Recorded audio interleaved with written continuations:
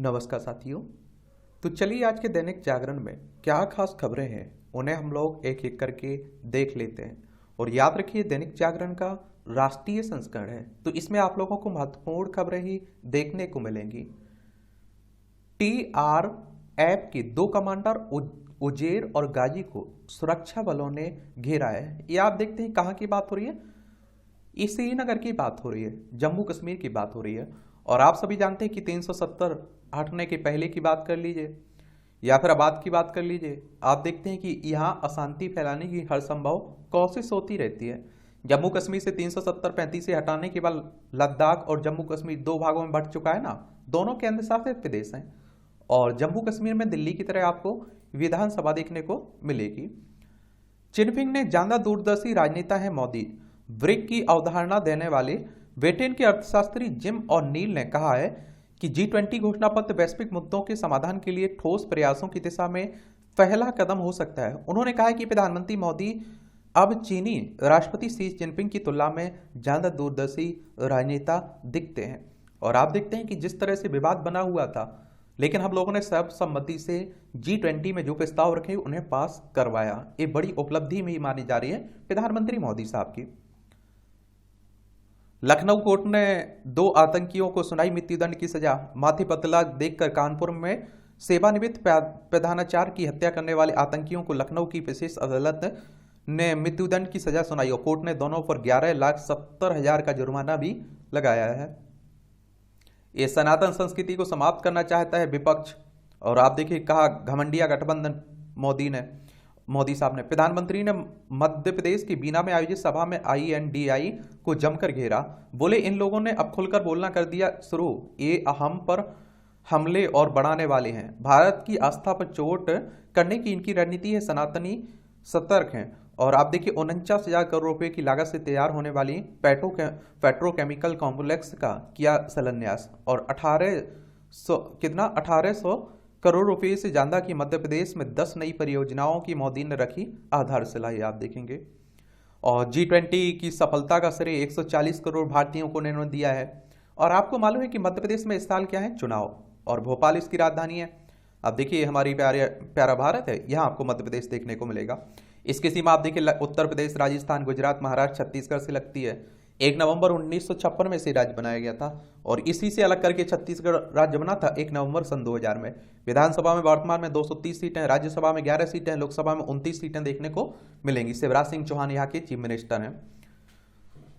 दोषी ठहराए जाने पर चुनाव लड़ने पर लगनी चाहिए आजीवन रोक, ये न्यायमित्र अधिवक्ता विजय हांसिया ने सुप्रीम कोर्ट में दाखिल की रिपोर्ट। दोषी होने पर सिर्फ 6 साल के लिए चुनाव लड़ने के प्रतिबंध के कानून पर उठाया है इन्होंने सवाल। अगर आप देखिए कोई दोषी पाया जाता है तो उसे जिंदगी भर चुनाव न लड़ने दिया जाए, ये कहा जा रहा है। तो सुप्रीम कोर्ट की बात करें तो आप सभी जानते हैं कि सर्वोच्च अदालत है हमारी। संविधान के अनुच्छेद 124 के तहत इसकी स्थापना की बात की गई है। 28 जनवरी 1950 में इसकी स्थापना हुई थी। और आप देखेंगे इसमें जो न्यायाधीश रहते हैं उनकी सेवानिवृत्ति की उम्र कितनी है, 65 साल रखी गई है।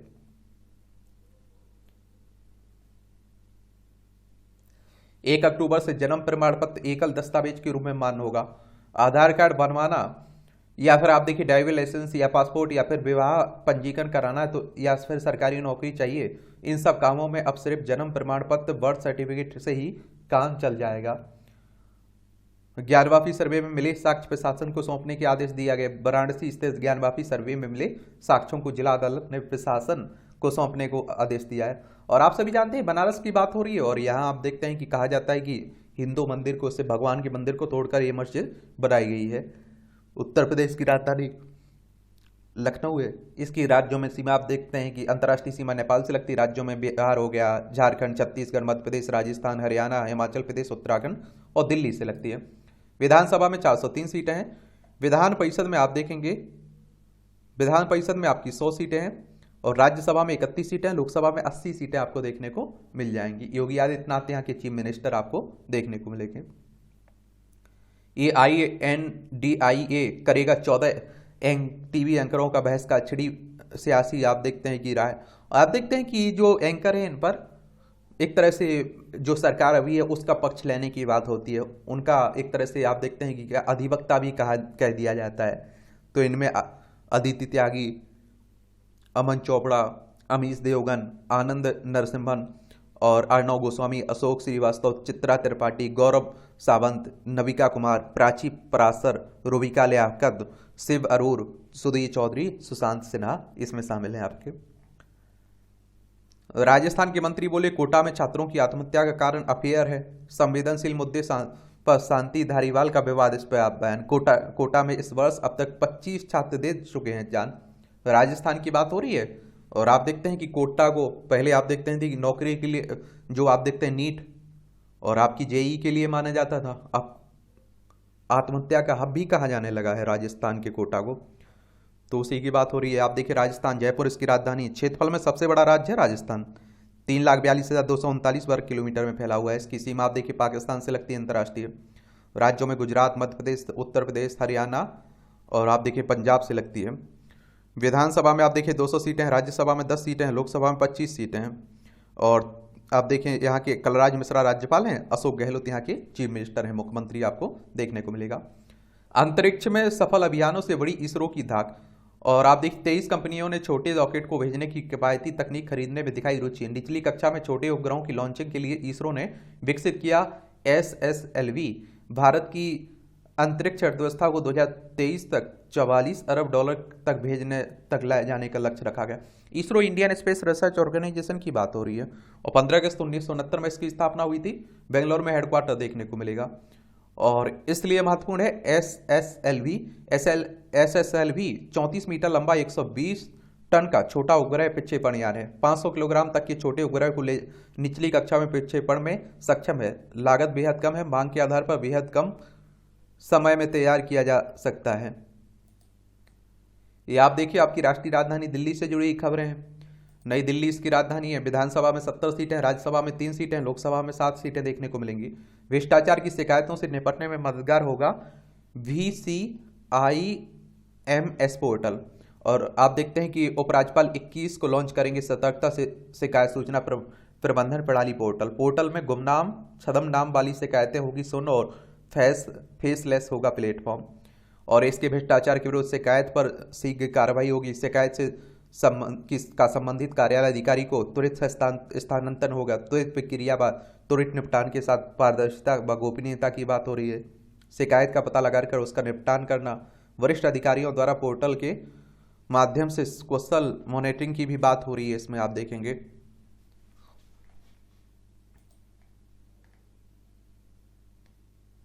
पुलिस पटाखों बिक्री के लिए लाइसेंस जारी ना करे, सुप्रीम कोर्ट कह रहा है। देखिए अब आप देखिए वो आएगा, दीपावली आएगा, फिर आप देखिए प्रदूषण की बात होने लगेगी।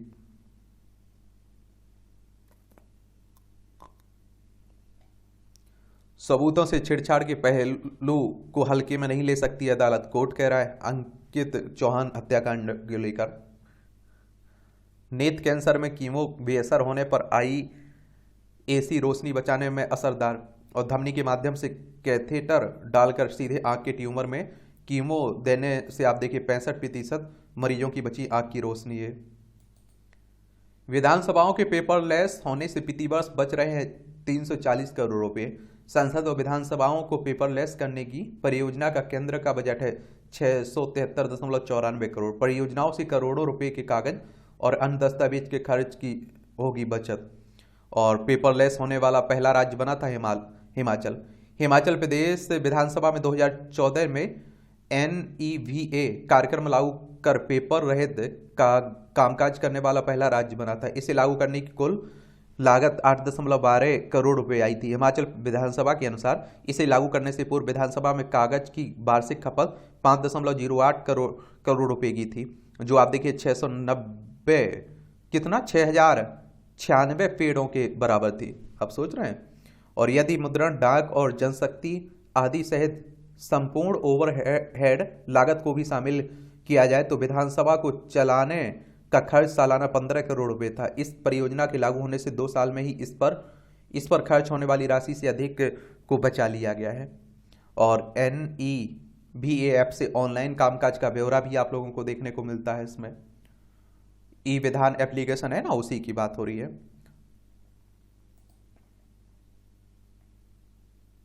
विश्व स्तरीय IICC का 17 को प्रधानमंत्री करेंगे उद्घाटन।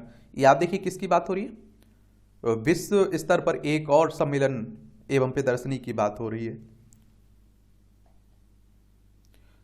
NCLT की इलाहाबाद बेंच में 3 अक्टूबर से नहीं होगी वर्चुअल सुनवाई।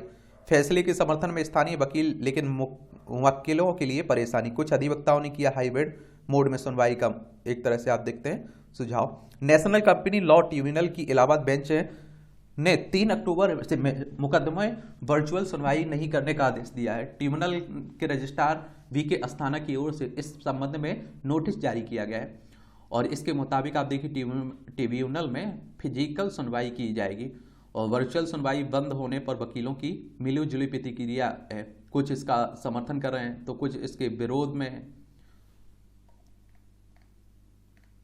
असम में बहुविवाह प्रतिबंध कानून के मसौदे के लिए समिति गठित की गई। महाधिवक्ता देवजीत सैकिया सहित 5 सदस्य समिति में शामिल हैं। समिति के अध्यक्ष सदस्य विधि आयोग के अध्यक्ष के साथ बैठक करेंगे। बाल विवाह कराने के आरोप में 15 फर्जी काजी भी गिरफ्तार हुए। यहाँ आप देखिए असम में ज्यादा देखने को मिलता है आजकल, यहाँ काफी कानून की मार भी पड़ रही है ना। और आप देखिए असम की बात करें तो दिसपुर इसकी राजधानी है और आपको देखने को मिलेगा, ये आप देखिए इसकी सीमा पश्चिम बंगाल, मेघालय, त्रिपुरा, मिजोरम, मणिपुर, नागालैंड, अरुणाचल प्रदेश से लगती है। अंतर्राष्ट्रीय सीमा भूटान और बांग्लादेश से लगती है। और आप देखेंगे 26 जनवरी 1950 में इसे राज्य बनाया गया था। गुलाब चंद कटारिया यहाँ के राज्यपाल है। मुख्यमंत्री हेमंत विश्वा शर्मा और 126 सीटें हैं विधानसभा में। राज्यसभा में 7 सीटें हैं, लोकसभा में 14 सीटें हैं। 78,438 वर्ग किलोमीटर में फैला हुआ है। ये आप देखिए राष्ट्रपति से मुलाकात। नई दिल्ली स्थित राष्ट्रपति भवन के सांस्कृतिक केंद्र में गुरुवार को राष्ट्रपति द्रौपदी मुर्मू से विभिन्न भारतीय रेलवे सेवाओं के वर्ष 2018 के बैच के 255 परीक्षार्थियों से मुलाकात की है। सामाजिक प्रभाव वाले निवेश समेत 6 सिफारिशों को मंजूरी। G20 सतत वित्तीय कार्यकारी समूह की 2 दिनी बैठक संपन्न। SDG के लिए जहां वित्त जुटाने पर वित्तीय निधियों का रहा एक तरह से आप देखते हैं बल।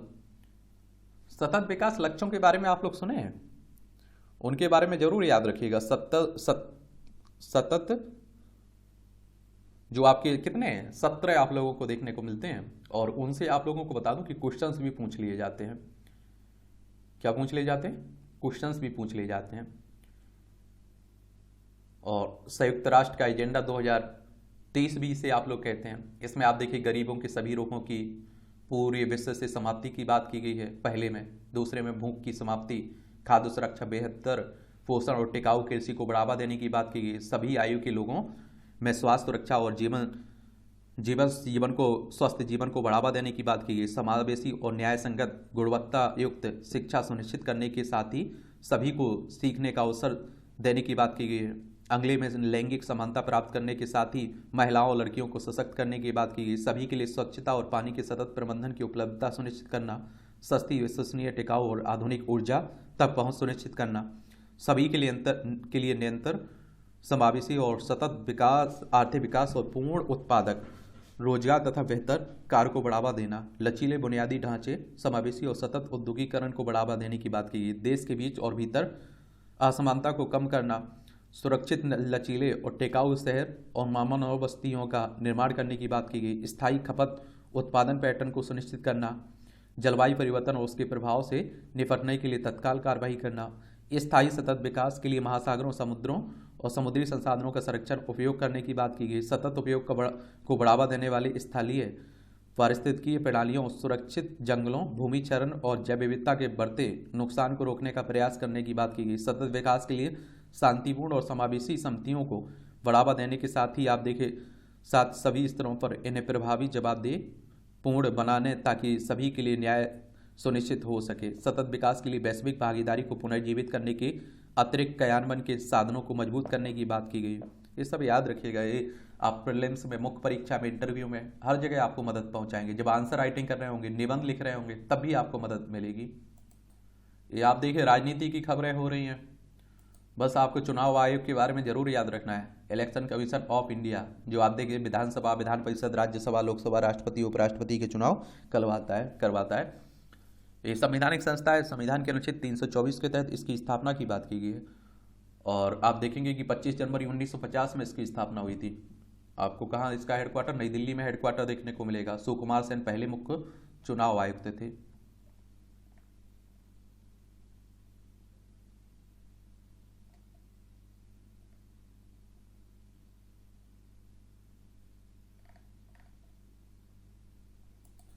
कल आपने देखा है 14 सितंबर था, हिंदी दिवस था।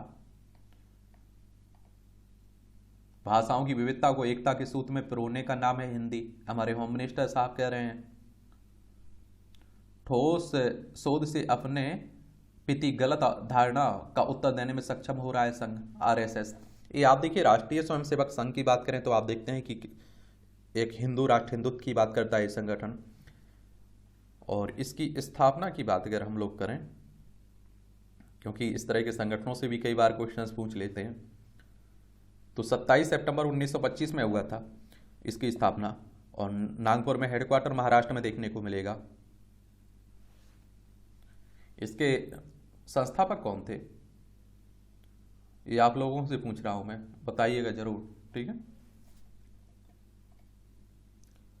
कॉलेजियम ने की हाई कोर्ट में 18 स्थायी जजों की नियुक्ति की सिफारिश। जो आप देखते हैं कि कॉलेजियम व्यवस्था है ना न्यायाधीशों की नियुक्ति की, उसी की बात हो रही है। देश में आज से स्वच्छता की सेवा अभियान शुरू करने की बात हो रही है। पेयजल और स्वच्छता विभाग, आवासन एवं शहरी कार्य मंत्रालय शुक्रवार से पूरे देश में स्वच्छता अभियान शुरू कर रहा है। यह अभियान गांधी जयंती यानी 2 अक्टूबर तक चलेगा। अच्छी बात है। अयोध्या में श्री राम मंदिर के साथ ही सबरेगी हनुमान गढ़ी भी, ये अयोध्या की बात हो रही है। भूतल को मिल रहा है अंतिम स्पर्श और प्रथम तल के भी काम में आई तेजी। ये अयोध्या में बाबा राम मंदिर बन रहा है ना। ये विश्वास न्यूज का व्हाट्सएप चैनल लॉन्च हुआ है। मोबाइल पर देख सकेंगे लेटेस्ट फैक्ट चेक रिपोर्ट और वीडियो। समान लक्ष्य पर एक को सजा देकर अन्य को नहीं छोड़ सकते हैं। किसी अपराध में यदि अभियुक्त के खिलाफ एक जैसे साक्ष्य हो तो न्यायालय एक को दोषी ठहराकर अन्य को दोष मुक्त करार नहीं दे सकता है, ये सुप्रीम कोर्ट ने कहा है। देखिए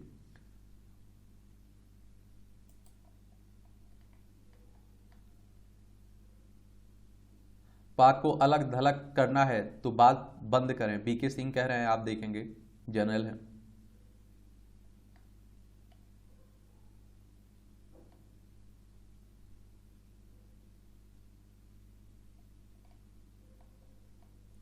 ये आप देखिए हमारे जो शहीद हुए ना, तो उन्हीं की बात हो रही है। ऊपर वाली से दुआ करिए उनकी आत्मा को शांति मिले और इनके परिवार को इस दुख की घड़ी में सहन शक्ति दे, क्योंकि जिस परिवार का मेंबर गा वही दुख समझ सकता है। और आप देखते हैं कि मैं कहता हूं ना कि हमारे जो सैनिक हैं वो अपनी ईमानदारी से अपना कर्तव्य निभा रहे हैं, तभी हम लोग आराम से रह पा रहे हैं। दुश्मन के ड्रोन को 20 किलोमीटर दूर से तबाह कर देता है काउंटर ड्रोन। और कई रक्षा कंपनियों ने विकसित की है उड़ते ड्रोन को मार गिराने की तकनीक। आईआईटी में नॉर्टेक सिम्पोजियम में ड्रोन की तकनीक प्रदर्शित की गई। पंजाब समेत देश के कई हिस्सों में दुश्मन के ड्रोन गिरा चुका है। और कैसे काम करती है ड्रोन तकनीक के पहले चरण में 3D radar detection centre drone को टैग करता है। इसके बाद कैमरा से इसकी विजुअल ट्रैकिंग होती है। कमांड सेंटर इस ड्रोन की फ्रीक्वेंसी का पता लगाता है। इसके बाद आप देखिए रेडियो फ्रीक्वेंसी जैमर दुश्मन के ड्रोन की फ्रीक्वेंसी को जाम कर इसे नीचे गिरा देता है। और इस फ्रीक्वेंसी पर दुश्मन ने अगर एक से अधिक ड्रोन भी भेजे होंगे तो आप देखेंगे कि वे सभी नीचे गिर जाएंगे। ऐसे में यह तकनीक स्वार्म ड्रोन अटैक में कारगर होगी। ऐतिहासिक दिन, सर्वोच्च न्यायालय के मुकदमों की अब मिल सकेगी ऑनलाइन जानकारी। शीर्ष अदालत ने नेशनल ज्यूडिशियल डाटा गेट पर अब डाटा मुकदमा का ब्यौरा। अच्छी बात है, पता चलेगा कोर्ट में किस तरह के कितने केस कितने वर्षों से लंबित हैं। नेफा संक्रमण के कारण कोझिकोड में शनिवार तक शिक्षण संस्थान बंद हुए हैं केरल में। ये आप देखिए केरल में एक वायरस काफ़ी फैला हुआ है।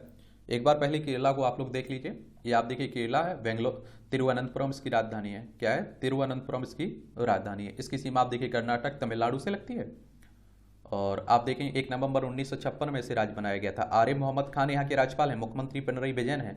विधानसभा में आप देखिए 140 सीटें हैं, राज्यसभा में 9 सीटें हैं, लोकसभा में 20 सीटें हैं। 38,863 वर्ग किलोमीटर में फैला हुआ है क्या आपका कर्नाटक। नेफा वायरस की अगर हम लोग बात करें, क्योंकि ये काफ़ी चर्चा में बना हुआ है और इस तरह के क्वेश्चंस भी पूछ लेता है कई बार। क्या करता है, पूछ लेता है।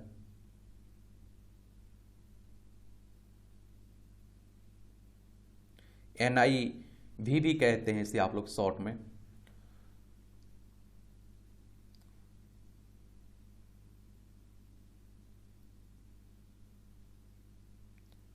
ये विश्व स्वास्थ्य संगठन की माने तो नेफा वायरस तेजी से उभरता वायरस है जो जानवरों और इंसानों में गंभीर बीमारी को जन्म देता है। NIV के बारे में सबसे पहले 1998 में मलेशिया के कमपंग सुंगाई नेपाल से पता चला था। वहीं से इस वायरस के को ये नाम दिया गया था। उस वक्त इस बीमारी के वाहक सुअर बनते थे, लेकिन इसके बाद जहाँ जहाँ NIV के बारे में पता चला, इस वायरस को लाने ले जाने का वाले कोई माध्यम नहीं थे। साल 2004 में बांग्लादेश में कुछ लोग इस वायरस की चपेट से आए थे और इन लोगों ने खजूर के पेड़ से निकलने वाले तरल को चखा था और इस तरह वायरस को ले जाने वाली चमगादड़ थी जिन्हें फ्रूट वेट कहा जाता है। अब तक कोई इलाज संभव नहीं है, ये भी माना जा रहा है। 1000 से अधिक लोगों ने जौहर यूनिवर्सिटी को दिया है दान। ये आजम खान के घर जो आप देखते हैं रेड पड़ी ना, उन्हीं की बात हो रही है। चीता प्रोजेक्ट की सफलता का चेहरा बना कूनों में पल रहा मादा शावक। भारतीय धरती पर जन्मा शावक देश में मिलने वाली चीतों जैसा ही ले रहा है स्वरूप। ये आप देखें 17 सितंबर 2022 को मध्य प्रदेश के कूनों में नामीबिया से लाए गए थे 8 चीते। भारतीय धरती पर पैदा हुए 4 शावकों में से 3 की हो गई है डेथ। प्रोजेक्ट का 1 साल पूरा होने पर मादा शावक का हो सकता है नामकरण। आप देखेंगे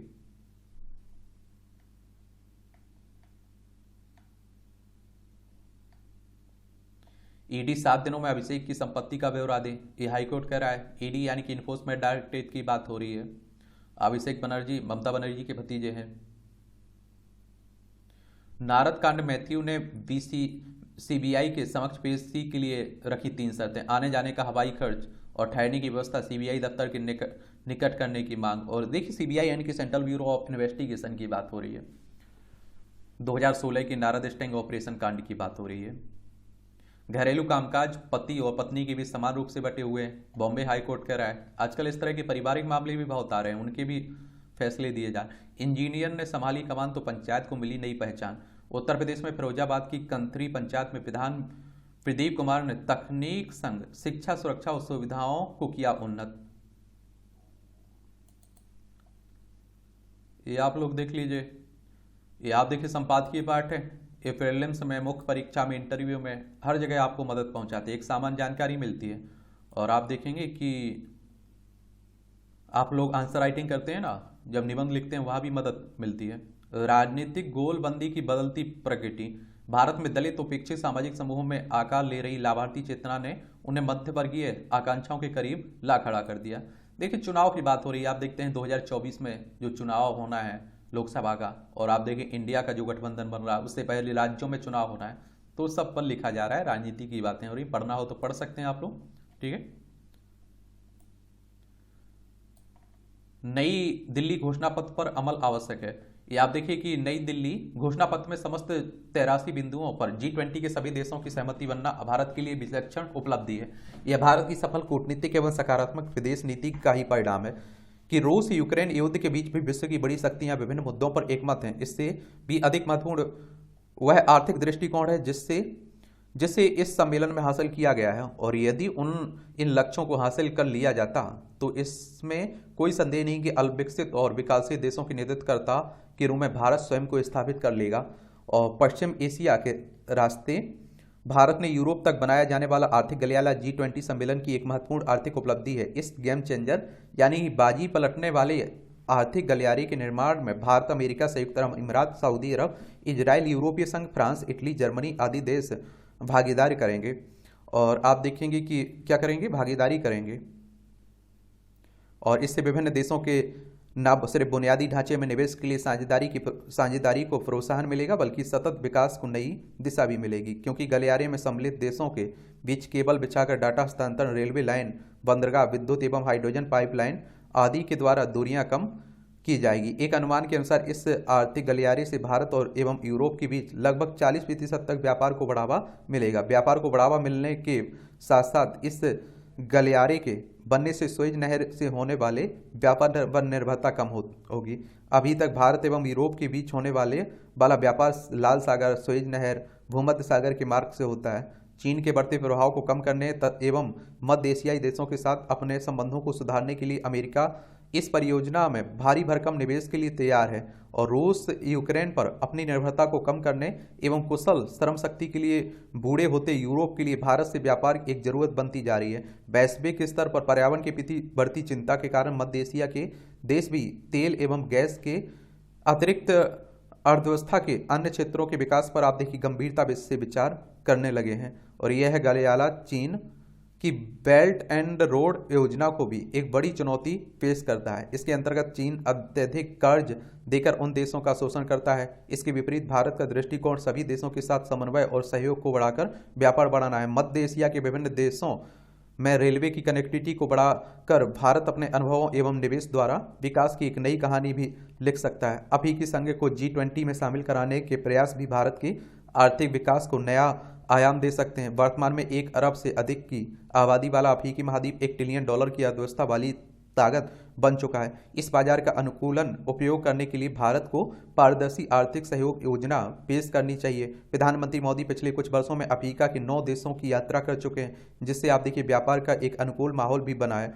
चीन की कर्ज देकर शोषण करने की चाल को अफ्रीका के देश अच्छी तरह समझ चुके हैं। इसका लाभ लेने के लिए भारत को स्वयं को तैयार करने की आवश्यकता है। भारत यदि इसमें सफल रहता है तो वैश्विक आर्थिक एवं कूटनीतिक नीतियों को नया विस्तार मिलेगा। और आप देखिए विश्व को जलवायु परिवर्तन के दुष्प्रभाव से बचाने के लिए भारत ने वैश्विक जैव ईंधन गठबंधन की शुरुआत करते हुए सभी देशों को इससे जोड़ने का आह्वान भी किया है। इस मुहिम में भारत के साथ अब America, Argentina, Brazil, Bangladesh, Italy, दक्षिण अफ्रीका, मॉरिशस, UAE आदि देश शामिल हैं। इसका उद्देश्य हरित ईंधन से इस्तेमाल को बढ़ावा देना और इसके अंतर्गत पेट्रोल में एथेनॉल का मिश्रण किया जाना है। और अभी यह करीब 10% ही है। 2025 तक इसे 20% करने का लक्ष्य है। भविष्य में एथेनॉल के हिस्से को बढ़ाकर आप देखिए 85% तक करने का शोध हो रहा है, और जिससे आप देखिए पेट्रोल का प्रयोग 15% ही रह जाएगा। और इससे न केवल जीवाश्म ईंधन से छुटकारा मिलेगा, बल्कि कार्बन उत्सर्जन घटाने में भी मदद मिलेगी। भारत की डिजिटल पब्लिक इंफ्रास्ट्रक्चर को वैश्विक स्तर पर लागू करने के लिए G20 देशों के सहमत होने से विश्व में भारत का कद ऊंचा हुआ है। और G20 सम्मेलन में निर्धारित लक्ष्यों को हासिल करने के लिए सरकार को विनिर्माण क्षेत्र को प्रोत्साहन देकर चुनौतियों से उबरना होगा।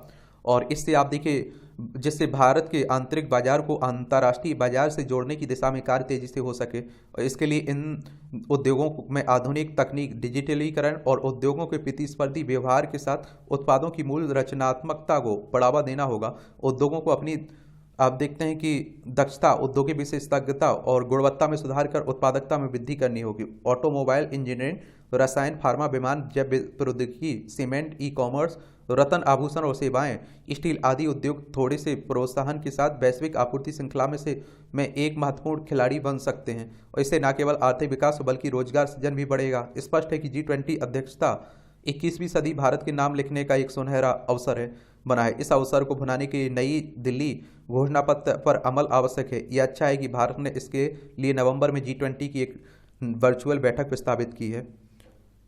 तो G20 काफ़ी चर्चा में बना हुआ है, और वैसे आपको बता चुका हूँ G20 के बारे में, फिर भी बता देता हूँ। ग्रुप ऑफ 20 कहते थे आप लोगों से, अब इसे कहा जाना चाहिए ग्रुप ऑफ 21, क्योंकि 21 समूह हो चुके हैं। 26 सितंबर 1999 में इसकी स्थापना हुई थी। 2008 में इसकी पहली बैठक हुई थी, सम्मेलन हुआ था। वैश्विक अर्थव्यवस्था में प्रमुख मुद्दों पर चर्चा करने के लिए व्यवस्थित रूप से महत्वपूर्ण उद्योगिक विकासशील अर्थव्यवस्थाओं को एक साथ लाना इसका काम है।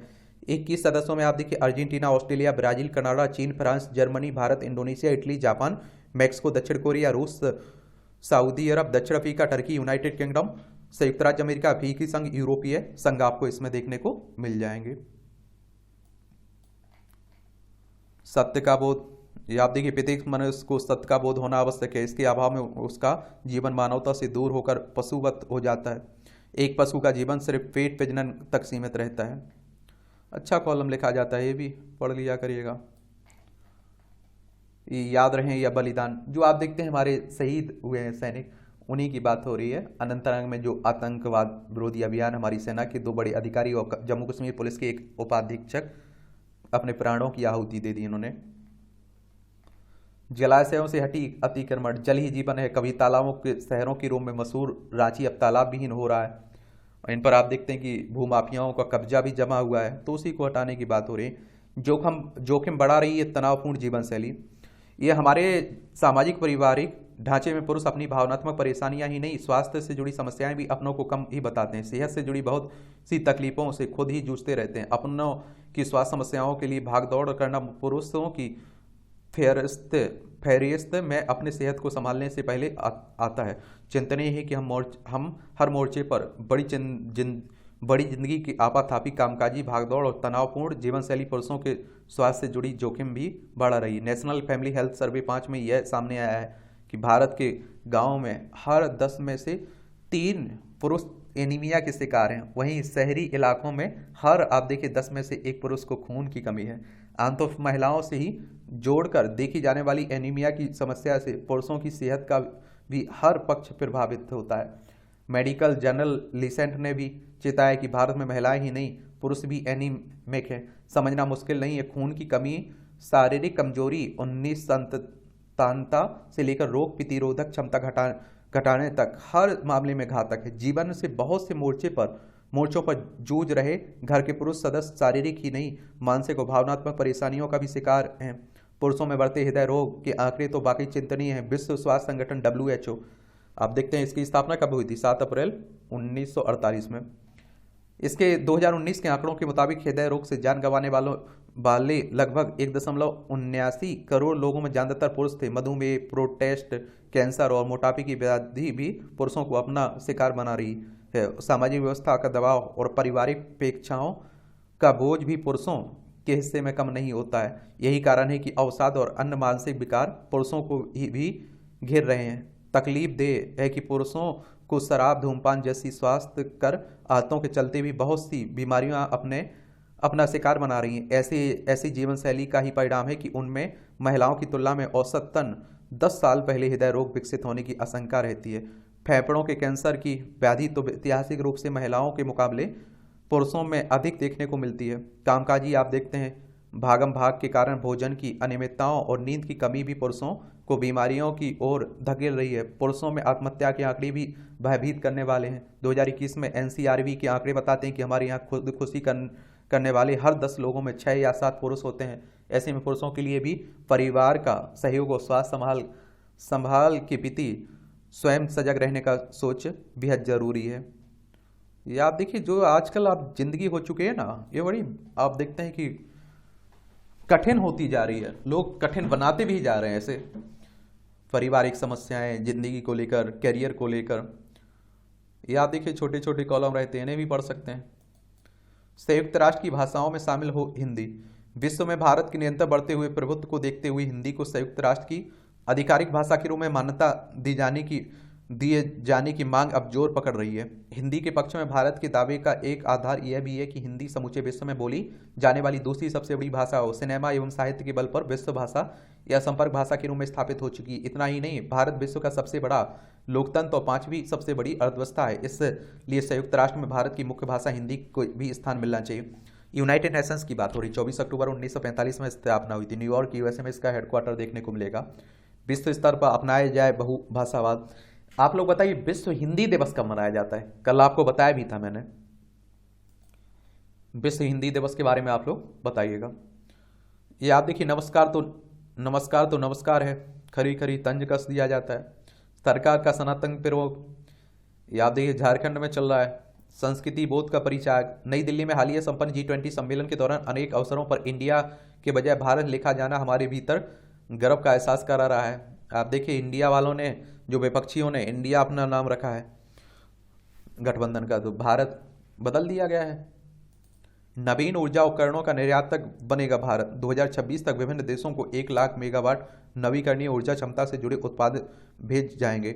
और नवीकरणीय ऊर्जा क्षेत्र में अभी तक 78 अरब डॉलर का हो चुका है निवेश। 2030 तक आप देखिए कुल स्थापित ऊर्जा का 50% नवीकरणीय ऊर्जा का होगा और 50 अरब डॉलर का निवेश करेगा अदानी समूह। लगातार 5वें महीने शून्य से नीचे रही थोक महंगाई, आप देखिए -0.52% रही अगस्त में थोक महंगाई बढ़ने की दर। ईवी के लिए अलग बिक्री नेटवर्क बनाएगी टाटा मोटर्स। देश की दिग्गज वाहन निर्माता कंपनी है टाटा मोटर्स।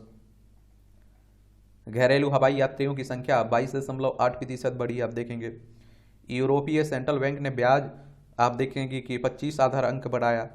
स्वच्छता 2.0 अभियान में 2 लाख शिकायतों का निपटान की बात हो रही। त्योहारी सीजन में नहीं होगी गेहूं चावल चीनी की कमी। फिर से भारत के वृद्धि अनुमान 6.3% बरकरार रखी है फ्रेंच रेटिंग ने। स्कैपिंग सेंटर भी स्थापित करे ऑटो डीलर, गडकरी साहब कह रहे हैं, केंद्रीय सड़क परिवहन मंत्री ने कहा है।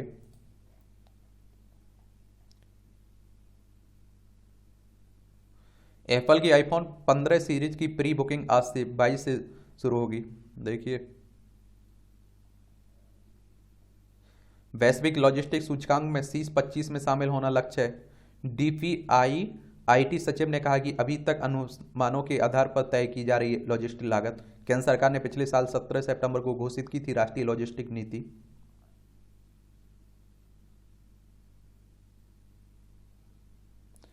पौंजी घोटाले में अभिनेता गोविंदा से पूछताछ करेगी, ये आप देखते हैं कि उड़ीसा क्राइम। ये आप देखिए कंपनी के ब्रांड एम्बेसडर है ना गोविंदा। तो क्या है पौंजी स्कीम? पौंजी स्कीम एक निवेश योजना है जिसमें ऑपरेटर या फिर ऑपरेटिंग कंपनी निवेशकों को कम समय में अधिक रिटर्न का दावा करती है। अन्य पारंपरिक निवेश विकल्पों की तुलना में कम समय में उच्च दर की पेशकश के कारण निवेशक इस योजना की ओर आकर्षित होते हैं। हथियारों का सौदा हुआ तो रूस व उत्तर कोरिया पर और प्रतिबंध लगाएंगे, अमेरिका कह रहा है। अभी उत्तर कोरिया के तानाशाही गए थे ना रूस, तो उन्हीं की बात हो रही है। लीबिया की बाढ़ में लापता अपनों को तलाश रहे हैं लोग। भारतवंशी थर्मन ने सिंगापुर के 9वें राष्ट्रपति के रूप में ली है शपथ। ये आप लोग देखेंगे ना, तो ये आप देखिए सिंगापुर यहाँ देखने को मिलेगा। ये हमारा प्यारा भारत है, आप देखेंगे सिंगापुर। ये आप देखिए दक्षिण कोरिया, ये उत्तर कोरिया, ये रूस आपको देखने को मिल जाएगा ऊपर। ये यूक्रेन से इसकी लड़ाई चल रही है।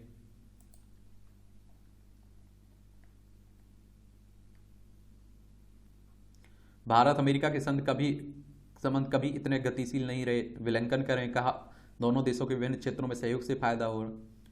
अमेरिका में जयपुर साहित्य महोत्सव को आज से आगाज होने की बात हो रही है। ग्रीनलैंड में फंसा लग्जरी क्रूज जहाज Norwegian cruise.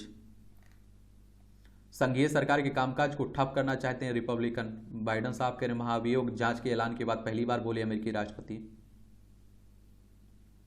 Harmanpreet time 100 next में जगह बनाने वाली पहली भारतीय महिला क्रिकेटर बनी है। भारत ने नंदिता वेंकटेश व वीनू डेनियल को भी टाइम 100 में नेक्स्ट में मिली है जगह। अमेरिका का राष्ट्रपति बना तो 75% सरकारी कर्मी हटा दूंगा, रामास्वामी कह रहे हैं। रिपब्लिकन प्रत्याशी की दौड़ में शामिल भारतवंशी ने FBI जैसी एजेंसियां बंद करने की भी बात कही है। इंडोनेशिया की दक्षिणी सुमात्रा के ओगन इलिर रेजेंसी के जंगलों में लगी आग से हजारों पेड़ पौधे जलकर नष्ट हो रहे हैं। UFO के लिए दूसरी दुनिया का पर्याप्त सबूत नहीं है, नासा कह रहा है। अमेरिकी अंतरिक्ष एजेंसी नासा ने UAP अज्ञात असामान्य घटना को लेकर 1 साल के अध्ययन के बाद गुरुवार को एक रिपोर्ट जारी की है। UAP को सामान्य भाषा में UFO उड़न तस्तरी भी कहा जाता है। रिपोर्ट में कहा गया कि UAP के संबंध में किसी दूसरी दुनिया के पर्याप्त सबूत नहीं मिले हैं। देखिए, और नासा की अगर हम लोग बात करें ना, तो आप देखते हैं किसकी, अमेरिकी अंतरिक्ष एजेंसी की बात हो रही है। इसकी स्थापना 29 जुलाई 1958 में हुई थी। वॉशिंगटन DC USA में इसका हेडक्वार्टर देखने को मिलेगा। भारत से 20,000 मैट्रिक टन चीनी मंगाएगा नेपाल आप देखिए उत्तराखंड, उत्तर प्रदेश, बिहार, सिक्किम, पश्चिम बंगाल की सीमा लगती है इससे। एक खेल क्षेत्र से जुड़ी हुई खबरें हैं। आज बांग्लादेश से होगी भिड़ंत, जीत के साथ फाइनल में उतरना चाहेगी टीम इंडिया। और आप देखें किसकी बात हो रही है, एशिया कप की बात हो रही है। सबसे ज़्यादा हमारे यहाँ क्रिकेट ही तो आप लोग पसंद करते हैं। हांगकांग ओपन में समाप्त हुई भारतीय चुनौती, महिला डबल्स में त्रिशा त्रिशा जाली व गायत्री गोपीचंद, तनिषा क्रिस्टो व अश्विनी पोनप्पा की प्री क्वार्टर फाइनल में हार के साथ ही हांगकांग ओपन सुपर 500 टूर्नामेंट में भारतीय चुनौती समाप्त हो गई है। नेहा त्रिपाठी ने दूसरे दौर में बनाई 2 शॉट की बढ़त। नेहा त्रिपाठी ने दूसरे दौर में 5 अंडर 67 के स्कोर के साथ, आप देखिए गुरुवार को यहां महिला पेशेवर गोल्फ की टूर के 12वें चरण में 2 शॉट की बढ़त बना ली है। संदेश होने पर श्रीजेश से मदद लेता हूं, कृष्णा भारतीय पुरुष हॉकी टीम के गोलकीपर कह रहे हैं। डेविस कप में कनाडा ने इटली को हराया। यादें मोरक्को के सामने अनुभवी बोपन्ना युवा सुमित होंगे चुनौती। आप देखिए भारतीय टेनिस संघ की बात हो रही, भारतोलन मीराबाई चानू पर 90 किलोग्राम उठाने का दबाव बढ़ा। हांगजू में होगा ई स्पोर्ट्स से ब्रेक डांस जैसे खेलों का पदार्पण। तनाव को छूकर मंतर कर देते हैं भजन, सुहाना सैनी कह रही हैं। ये टेबल टेनिस अंडर 19 की डबल्स में कर्नाटक की यशस्विनी घोरपड़े के साथ लगातार दूसरी बार दुनिया नंबर की खिलाड़ी बनी है हरियाणा रोहतक की। वाराणसी में तैयार करेंगे भारत के स्टार फुटबॉलर, कार्लोस कह रहे हैं। स्पेन की ला लीगा के शीर्ष क्लब एटलेटिको मैड्रिड ने जब एटी के कोलकाता का साथ छोड़ा, तब शायद ही किसी ने सोचा होगा कि वे इतनी जल्दी भारत के दूसरे क्लब में रुचि लेंगे। संस्कृति से जुड़ा भारत, ये भी पढ़ते रहा करिएगा। स्पेस से कमाई में भी इसरो की जमेगी धाक। 1100 करोड़ की कमाई की इसरो ने 5 साल में विदेशी सैटेलाइट लॉन्च करके। 1830 करोड़ की कमाई की है इसरो ने अब तक विदेशी सैटेलाइट लॉन्च करके।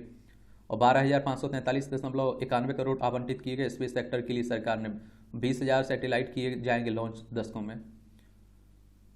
देखिए आप लोग, और सैटेलाइट लॉन्च करने में इसरो की सबसे कम लागत है, इसलिए आप देखते हैं 2020 में निजी क्षेत्र के लिए खोला गया था स्पेस सेंटर।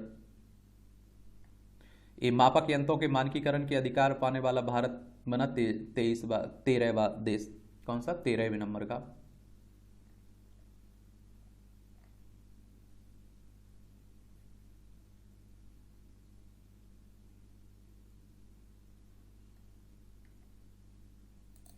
यहाँ भी देख लिया करिएगा, महत्वपूर्ण खबरें मिल जाती है, परीक्षा के पॉइंट ऑफ व्यू से भी पॉइंट मिल जाते हैं। पहली बार प्रथम विश्व युद्ध में किया गया था युद्धक टैंकों का इस्तेमाल। 1916 में आज ही के दिन प्रथम विश्व युद्ध के दौरान फ्रांस के सम्बे में इंग्लैंड ने पहली बार युद्धक विमान मार्क 1 का इस्तेमाल किया था। हालांकि खराब गुणवत्ता और धीमी गति की वजह से युद्ध के लिए तैनात 49 में से केवल 25 युद्धक टैंकों का ही इस्तेमाल हो पाया। बाद में इसमें आप देखिए इसके उन्नत मॉडल पेश किए गए। पहली बार मौसम की जानकारी जुटाने के लिए हुआ गुब्बारे का उपयोग। 1904 में आज ही के दिन आप देखिए पहली बार अमेरिका में मौसम विज्ञान अनुसंधान के लिए गुब्बारे का इस्तेमाल किया गया था। और गुब्बारे में खास तरह के वैज्ञानिक उपकरण डाले गए थे जो ऊपर जाकर गुब्बारे के फटने के बाद सुरक्षित पृथ्वी पर लौट आया। इस तरह के गुब्बारे का इस्तेमाल शोध के लिए आज भी किया जाता है। भारतीय प्रौद्योगिकी के जनक माने जाते हैं एम विश्वेश्वरैया। महान इंजीनियर मोक्षगुंडम विश्वेश्वरैया का जन्म 1861 में आज ही के दिन कर्नाटक के मुद्देनहल्ली में गांव में हुआ था। करियर की शुरुआत PWD में सहायक इंजीनियर के रूप में की। बाद में भारतीय सिंचाई आयोग से जुड़ गए और 1903 में स्वचालित जल फ्लड गेट का डिजाइन तैयार किया, जिससे पहली बार पुणे के खड़गवासला जलाशय में स्थापित किया गया। मैसूर में कृष्ण राजा सागर बांध उन्हीं की देन है। जल आपूर्ति और निकासी प्रणाली में उल्लेखनीय योगदान के लिए 1955 में भारत रत्न से सम्मानित किया गया था इन्हें। सूती और खादी कपड़ों का हर्बल कवच बैक्टीरिया को करेगा बेअसर। और आप देखते हैं कि पपीता, एलोवेरा, नीम, केला और भांग के अर्क से तैयार माइक्रो कैप्सूल कपड़ों को बनाएगा रोगाणु रोधी। तकिया, कवर, डायपर, दस्ताने, शर्ट के नीचे मास्क, बाह के नीचे स्वेट पैड को रोगाणु रोधी बनाया जा सकेगा। 25 बार धुलाई तक यह हर्बल कवच बैक्टीरिया से कपड़ों की रक्षा करने में कारगर पाया गया है। दुनिया की पहली AI CEO मिका। ये पोलैंड की आप देखिए मिकोलू शहर में डेक्टाडोर के मुख्यालय में दुनिया की पहली human robotic AI artificial intelligence CEO Mika ने AI CEO और मानव CEO के फायदे नुकसान के बारे में सवालों के सटीक उत्तर दिए। निर्णय लेने की प्रक्रिया, कॉर्पोरेट में AI की भूमिका और तकनीक के बारे में चर्चा की है। सफाई उत्पादों के विषैले रसायन में से हो सकता है कैंसर का खतरा। पुल व भवन कितने सुरक्षित लगेगा? पूर्वानुमान। रियल टाइम आर्टिफिशियल इंटेलिजेंस से होगा संरचनात्मक ढांचे का मूल्यांकन। और आईआईटी मंडी के शोधार्थियों ने विकसित किया एल्गोरिदम। आर्टिफिशियल इंटेलिजेंस से खुली निगरानी की बड़ी संभावना। विटामिन की गोली समझकर निकल गए एयरपोर्ट। ये आप देखिए कहाँ की, अमेरिका की बात हो रही है, ध्यान दिया करिएगा। ये आप देखेंगे कि मूवियों से जुड़ी खबरें, पढ़ना हो तो पढ़ सकते हैं आप लोग।